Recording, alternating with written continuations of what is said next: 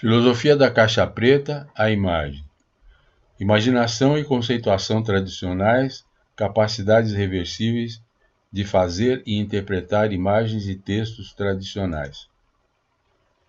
A visão aponta para uma ocorrência no espaço-tempo em 4 dimensões x, y, z e t.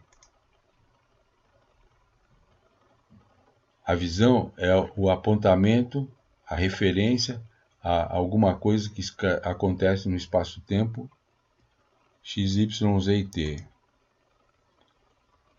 A imagem tradicional é uma representação no plano em 2 dimensões x e y de algo que acontece no espaço-tempo x, y, z e t. A imaginação é a capacidade de fazer isso, de codificar fenômenos de 4 dimensões em símbolos planos e de decodificar as mensagens assim codificadas. Assim, imaginação é a capacidade que todos temos de fazer e interpretar imagens. Imagens são superfícies que pretendem representar algo. Na maioria dos casos, esse algo está lá fora, no espaço-tempo. As imagens são, portanto, o resultado do esforço de se abstrair 2 das 4 dimensões espaço-temporais para que se conservem apenas as dimensões do plano. Devem sua origem à capacidade de abstração específica que podemos chamar de imaginação. No entanto, a imaginação tem 2 aspectos. Se de um lado permite abstrair 2 das dimensões dos fenômenos, de outro permite reconstituir as 2 dimensões abstraídas na imagem.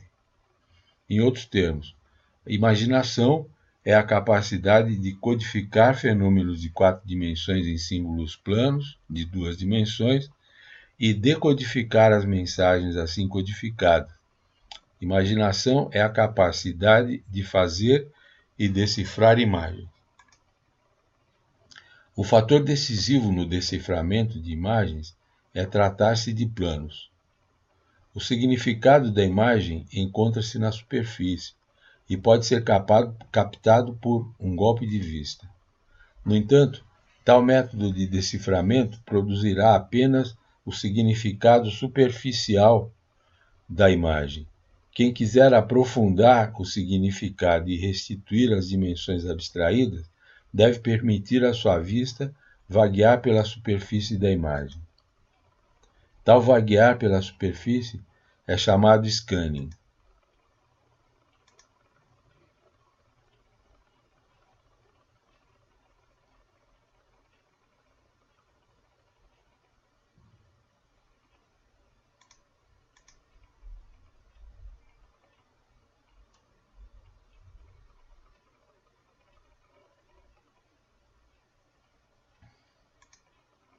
O traçado do scanning segue a estrutura da imagem, mas também segue impulsos no íntimo do observador.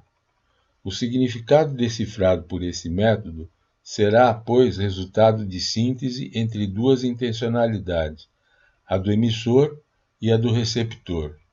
Imagens não são conjuntos de símbolos com significados inequívocos, como são as cifras. Não são denotativas. Imagens oferecem aos seus receptores um espaço interpretativo, são símbolos conotativos. Ao vaguear pela superfície, o olhar vai estabelecendo relações temporais entre os elementos da imagem. Um elemento é visto após o outro. O vaguear do olhar é circular, tende a voltar para contemplar elementos já vistos. O tempo projetado pelo olhar sobre a imagem é o eterno retorno. O olhar se diacroniza a sincronicidade imagética por ciclos. Ao circular pela superfície, o olhar tende a voltar sempre para elementos preferenciais. Tais elementos passam a ser centrais, portadores preferenciais do significado. Desse modo, o olhar vai estabelecendo relações significativas. O tempo que circula e estabelece relações significativas é muito específico. é o tempo de magia. Tempo diferente do linear, o qual estabelece relações causais entre eventos. No tempo linear, o nascer do sol é a causa do canto do galo. No circular, o canto do galo dá significado ao nascer do sol e este dá significado ao canto do galo. Em outros termos, no tempo da magia, um elemento explica o outro e este explica o primeiro. O significado das imagens é o contexto mágico das relações reversíveis. A escrita se funda sobre a capacidade de codificar planos em retas e abstrair todas as dimensões, com exceção de uma, a da conceituação. Conceituação é a capacidade que todos temos de codificar e interpretar textos. Imaginação e conceituação são capacidades humanas reversíveis. Se funcionar como esperado, a conceituação permite reconstituir a imagem da qual os conceitos são provenientes. Do mesmo modo, a imaginação permite reconstituir a visão da ocorrência no espaço-tempo que corresponde à imagem codificada.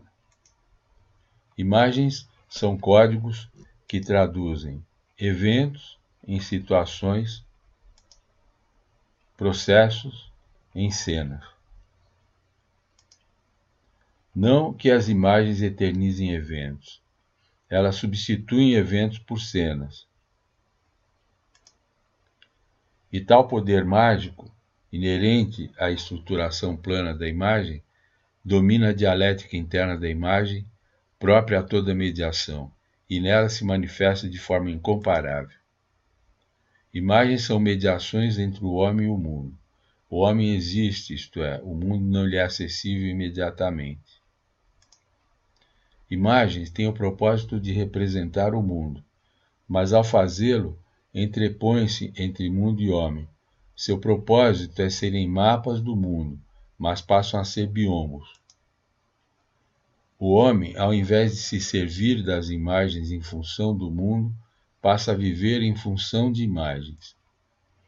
Não mais decifra as cenas da imagem como significados do mundo, mas o próprio mundo vai sendo vivenciado como conjunto de cenas. Tal inversão da função das imagens é idolatria. Para o idólatra, o homem que vive magicamente, a realidade reflete imagens.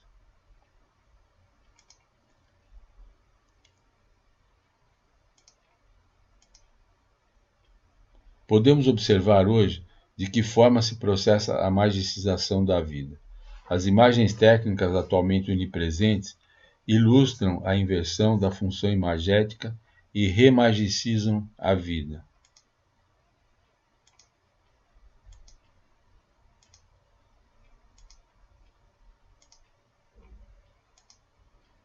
Trata-se da alienação do homem em relação aos seus próprios instrumentos. O homem se esquece do motivo pelo qual imagens são produzidas, servirem de instrumentos para orientá-lo no mundo. Imaginação torna-se alucinação, e o homem passa a ser incapaz de decifrar imagens, de reconstituir as dimensões abstraídas. No segundo milênio antes de Cristo, tal alucinação alcançou seu apogeu. Surgiram pessoas empenhadas no relembramento da função originária das imagens, que passaram a rasgá-las a fim de abrir a visão para o mundo concreto escondido pelas imagens. O método do rasgamento consistia em desfiar as superfícies das imagens em linhas e alinhar os elementos imagéticos.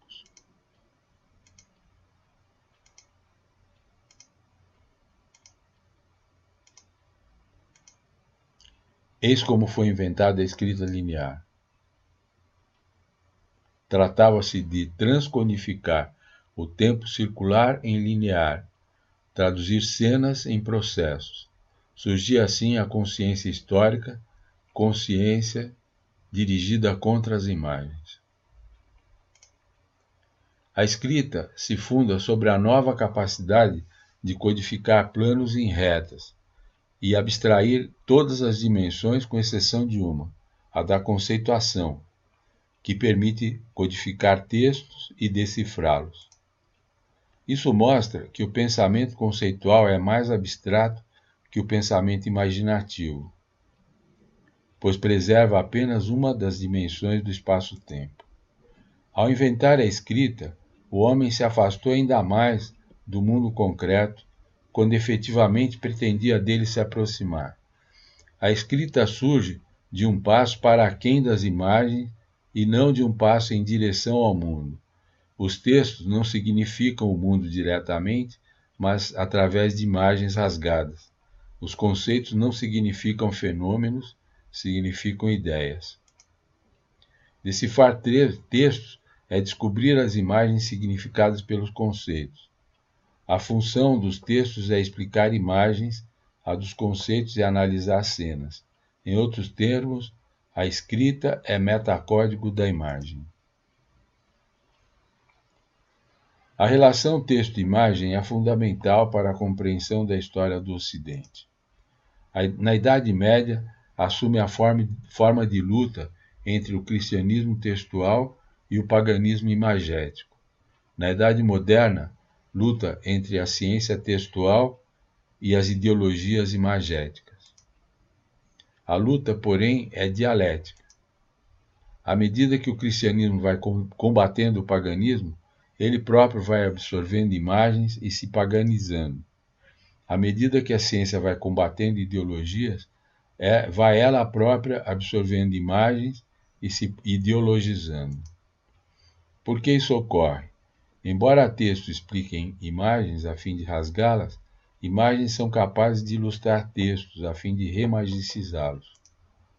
Graças a tal dialética, imaginação e conceituação que mutuamente se negam, vão mutuamente se reforçando. As imagens se tornam cada vez mais conceituais e os textos cada vez mais imaginativos. Atualmente, o maior poder conceitual reside em certas imagens e o maior poder imaginativo em determinados textos da ciência exata. Desse modo, a hierarquia dos códigos vai se perturbando. Embora os textos sejam metacódigo de imagens, determinadas imagens passam a ser metacódigo de textos. No entanto, a situação que se complica ainda mais devido à contradição interna dos textos. São eles mediações tanto quanto são as imagens. Seu propósito é mediar entre homem e imagens. Ocorre, porém, que os textos podem tapar as imagens que pretendem representar algo para o homem. Ele passa a ser incapaz de decifrar textos, não conseguindo reconstituir as imagens abstraídas. Passa a viver não mais para servir dos textos, mas em função destes. Surge textolatria, não tão alucinatória como a idolatria. Exemplo impressionante de textolatria é fidelidade ao texto, tanto nas ideologias cristã, marxista, etc., quanto nas ciências exatas. Tais textos passam a ser inimagináveis, como é o universo das ciências exatas.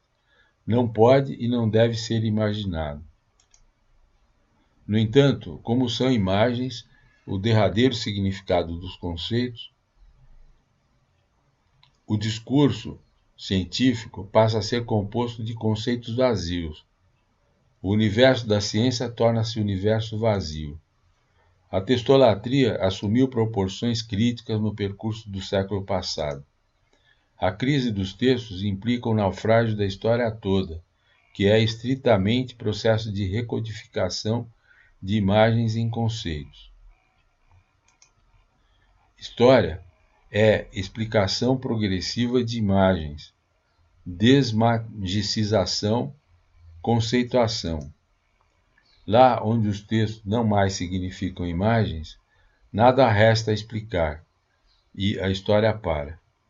Em tal mundo, explicações passam a ser supérfluas, mundo absurdo, mundo da atualidade. Pois é precisamente em tal mundo que vão sendo inventadas as imagens técnicas, e em primeiro lugar as fotografias, a fim de ultrapassar a crise dos textos.